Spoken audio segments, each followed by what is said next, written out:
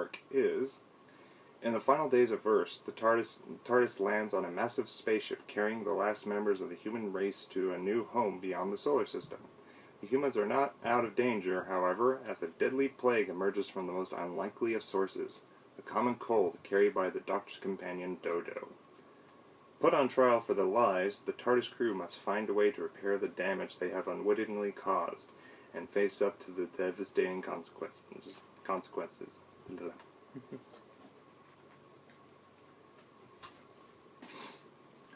The Ark is one of the serials that has its shares of ups and downs.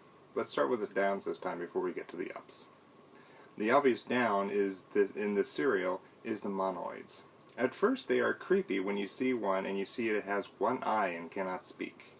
But as you see more of them, you see that they are completely ridiculous. They have these large mop wigs for hairs, a ping pong ball for eyes that is in their mouths, and so have to speak through this made-up sign language before they get these voice boxes which they have to hold to show who is talking.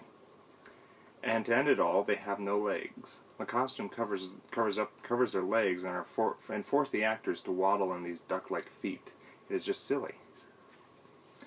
And when we get to the planet called Refusis, we see that the inhabitants are invisible because of a solar flare, which is a bit out there since solar flares, as we know, would destroy a planet.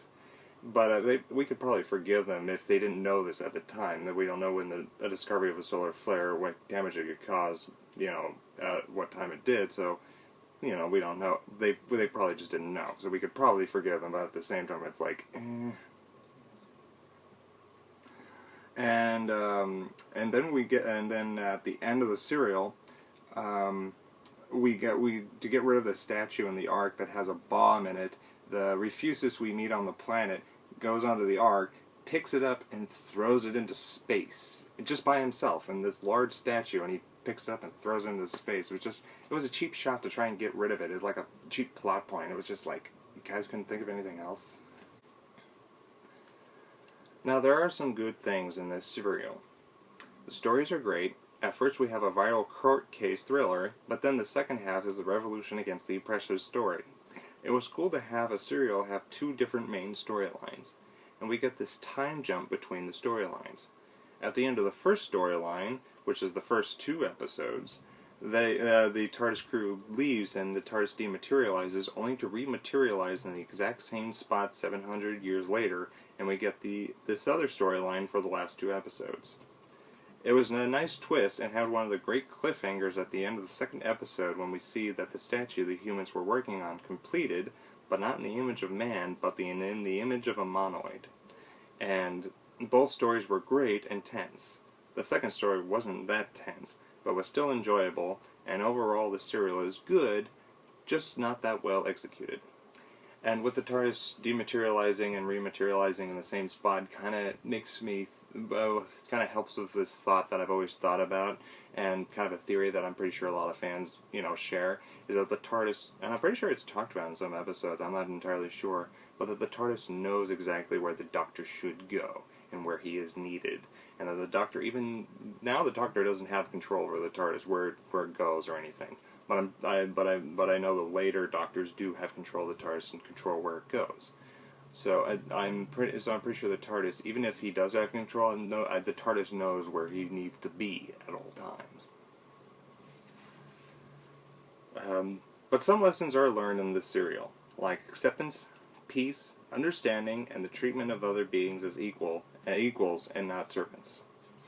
This serial is very reminiscent of H.G. Wells' The Time Machine, with the time traveler seeing the progression of time in one place and seeing a civilization being controlled by a race that used to be on the bottom of society and helps them be free of them.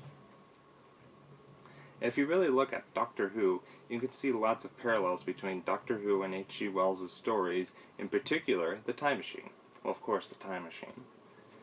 I give this serial 2 stars out of 5. It is a good serial, but it has its flaws. The next serial is unfortunately missing, and that is The Celestial Playmaker. In that serial, the Doctor and his companions are given a set of puzzles and games to play if they want to get back to the TARDIS safely and escape. After that, they arrive in the Wild West during the events leading to the battle at the OK Corral, which will be our next review. We are almost done with the William Hartnell years of Doctor Who, and I am dreading that day which I watch his final serial. But as we all learn, it is inevitable that the Doctor must regenerate. See you all next time.